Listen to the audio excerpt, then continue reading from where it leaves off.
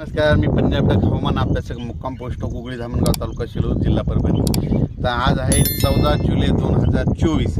आजपासून परत एक शेतकऱ्यासाठी अंदाज आहे आणि मी आज आहे जिंतूर तालुक्यामध्ये येलदरी धरणावर आहे। आणि तुम्हाला एक सांगू इच्छितो, ह्या येलदरी धरणामध्ये उन्हाळ्यामध्ये 26% पाणी होतं आणि ह्या काल परवाचा जे पाऊस पडला होता त्याच्यामध्ये 4% वाढलं, म्हणजे जवळपास 30-31% वाढलं आहे। म्हणजे याला आवक यायला सुरुवात झाली।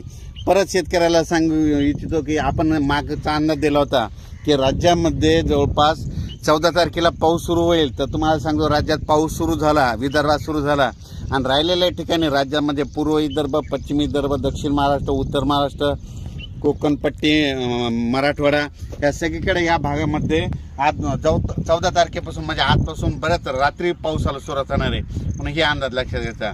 परत एक सर्वांना सांगू इच्छितो, कोकणात देखील मुसळधार पाऊस पडणार आहे म्हणून कोकणपट्टीच्या लोकांना देखील काळजी घ्यायची गरज आहे। त्याच्यानंतर सगळ्यात महत्त्वाचं म्हणजे मुंबईला ह्यामध्ये ह्या 4-5 दिवसात म्हणजे 14 ते 8च्या दरम्यान अतिवृष्टी होणार आहे, मुसळधार पाऊस पडणार आहे म्हणून मुंबईच्या सर्व जनतेने काळजी घेण्याचं हे करावं।